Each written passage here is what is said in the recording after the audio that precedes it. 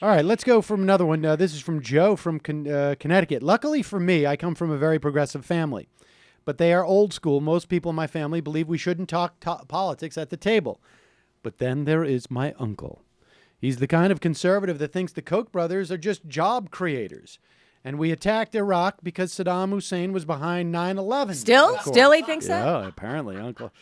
My other uncle has a painting of Che Guevara in his living room and worships the Young Turks. Wait, what? Cenk Uygur. Joe, well, first off, That's like punching Sam on the stomach. You just punched Sam. Are you going to talk about Mark Barron now? Does he say anything about Mark Barron in the letter?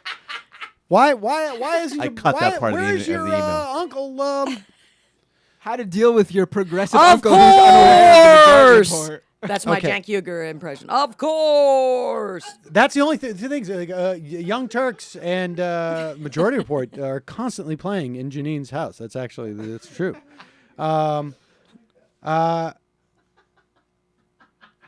He's great, but when my crazy uncle is spouting off at the mouth about Mexicans taking our jobs or President Obama's obvious connection to the Muslim Brotherhood, Again, he's just got to say, I'm sorry you're racist. It's bad for everybody that you're racist. everyone sits there quietly rolling their eyes except for me. I'll state some facts and numbers, drop some knowledge on him, but it seems like there's no way to penetrate the right-wing wall. Facts don't affect him, and the rest of my family pushes to change the subject like good liberals should. I'm sick of this help.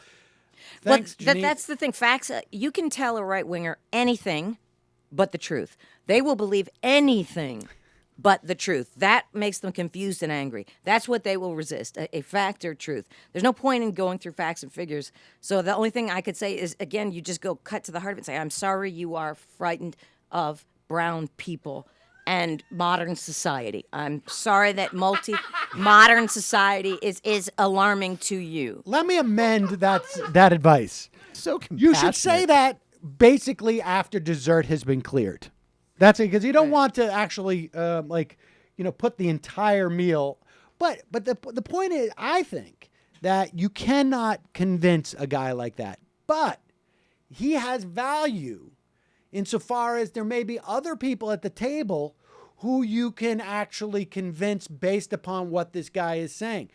So in other words, you're never going to convince the guy who says that Obama has connections to the Muslim Brotherhood. However, And the International Brotherhood of Electrical Workers. and the International Brotherhood of Electrical Workers. I don't really have a connection to them either. But neither. But I know. you can discredit this guy's worldview for the other people sitting at the table in the event that there are some who are gettable by letting him talk. That's basically Right, but there's almost a thing like it's tacitly. It's like you agree. When people are silent, why is it always the bullies that get to say? I'm not saying and you should be everybody else silent. has to be reasonable, because then those that don't know might think, oh, nobody's saying anything. Perhaps crazy uncle what is saying things. Robert Kennedy said, right? All it takes for evil to prevail is just for good men to do nothing. Right. I think Robert Kennedy said it, but I think others said it before. Martin Luther King may have.